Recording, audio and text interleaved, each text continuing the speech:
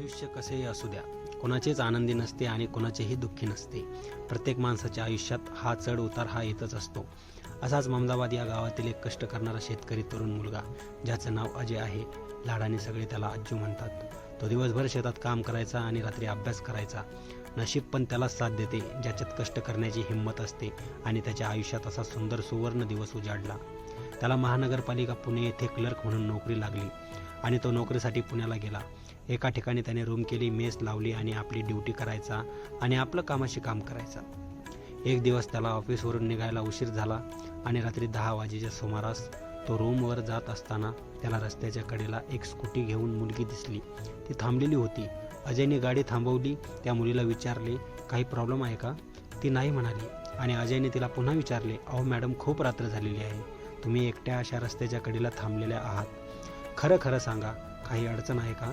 त्यावर ती मुलगी म्हणाली, हो. गाडी बंद पडली. त्यानंतर अजय त्याच्या गाडीवरून खाली उतरला आणि तिची गाडी चालू करून बघितली. नंतर त्याने पेट्रोल चेक केले तर गाडीमध्ये पेट्रोलच नव्हते. तर त्याने त्याच्या गाडीमधून पेट्रोल काढून त्या मुलीच्या गाडीमध्ये पेट्रोल टाकले आणि त्या मुलीची गाडी चालू झाली. अजय त्याच्या गाडीवर बसून तेथून निघून गेला.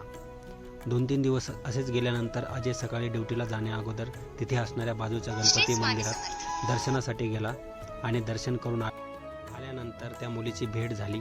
त्यानंतर ती मुलगी थँक्यू म्हणाली. त्या रात्री तुम्ही निघून गेले, मला थँक्स बोलायच्या अगोदरच, तर त्यामुळे थँक्यू. अजय इट्स ओके म्हणाला. त्यानंतर त्या मुलीने चहा घेण्यासाठी अजयला आग्रह केला आणि दोघे मिळून चहा घेण्यासाठी बाजूच्या कॅफेवर गेले. नंतर अजयने तिला नाव विचारले. तिनं स्वाती असे नाव सांगितले. त्यानंतर बराच वेळ गप्पा मारल्यानंतर तिने अजयला विचारले, तुम्ही कुठे काम करता? अजयने सांगितले, मी महानगरपालिकेत क्लर्क आहे. तुम्ही काय करता? अजयने विचारले. ती म्हणाली, मी एक डॉक्टर आहे. थोड्या गप्पा मारल्यानंतर अजय तेथून निघून गेला. त्यानंतर काही दिवस गेल्यानंतर असेच गणपती मंदिरामध्ये दर्शनासाठी गेल्यावर अजयची त्या मुलीसोबत पुन्हा भेट झाली. दोघांनी एकमेकांना चहा कॉफी घेण्यासाठी आग्रह केला आणि पुन्हा दोघे चहा घेण्यासाठी कॉफी शॉपवरती गेले. त्यानंतर हळूहळू स्वाती नावाची मुलगी अजयच्या मनात बसली. त्याला हळूहळू तिच्यावर प्रेम होत गेले आणि त्यानंतर भेटीगाठी जास्त वाढत चालल्या. पण एक दिवस असा आला की अजयने त्या मुलीला प्रपोज केले आणि त्या मुलीने रिजेक्ट केले. अजयने तिला कारण विचारले. ती म्हणाली, माझी अजून खूप मोठे होण्याची इच्छा आहे, मला अजून MD मोठ्या पदाची तयारी करायची आहे. ती मुलगी सॉरी म्हणून निघून गेली आणि अजय थोडा नाराज झाला आणि निघून गेला. त्यानंतर 2-3 महिन्याचा काळ निघून गेल्यानंतर एक दिवस ड्युटीवरून त्याच्या रूमवर जात असताना रस्त्याच्या कडेला एका मुलीचा ॲक्सिडेंट झालेला होता. अजयने सगळ्यात अगोदर गाडी थांबवली, एक ऑटो बोलवला, घेऊन तो बाजूच्या हॉस्पिटलमध्ये गेला. त्या मुलीवर पूर्ण ट्रीटमेंट वगैरे झाली. तिला थोडा मार लागलेला होता डोक्यामध्ये. तिच्या CT स्कॅन झाले. तिला 1-2 टाके पडलेले होते. ते टाके दिले. नंतर ती मुलगी पूर्णपणे बेशुद्ध अवस्थेत असताना अजय त्या मुलीसोबत हॉस्पिटलमध्ये थांबला. त्या मुलीचे पूर्ण बिल तो पे करत राहिला. त्यानंतर 6 तासानंतर त्या मुलीला जाग आली आणि त्या मुलीने अजयला विचारपूस केली, मला कोणी आणले? आणि त्या मुलीने थोडा वेळ गप्पा केल्याच्या नंतर त्या मुलीने तिच्या घरच्यांना फोन करण्यास सांगितले.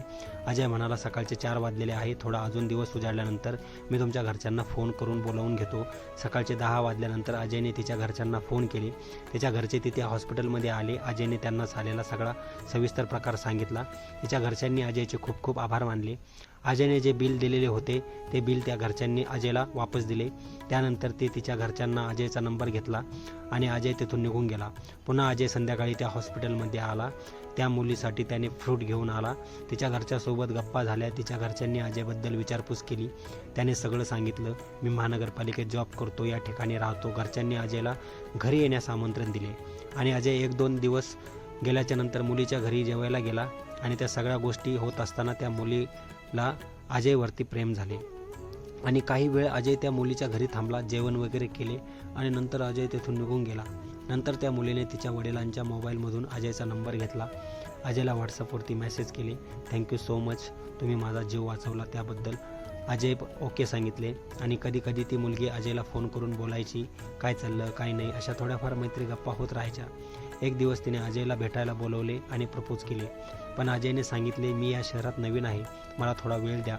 मुलीने होकार दिला आणि त्यानंतर मैत्रीतील नात्याची प्रेमात रूपांतर झाले आणि दोघांच्या घरच्यांनी एकमेकांना पसंत केले आणि पुढे दोघांचेही लग्न झाले. स्टोरी आवडल्यास चॅनलला सबस्क्राईब करा, फॉलो करा आणि लाईक करा. धन्यवाद. Thank you so much for watching.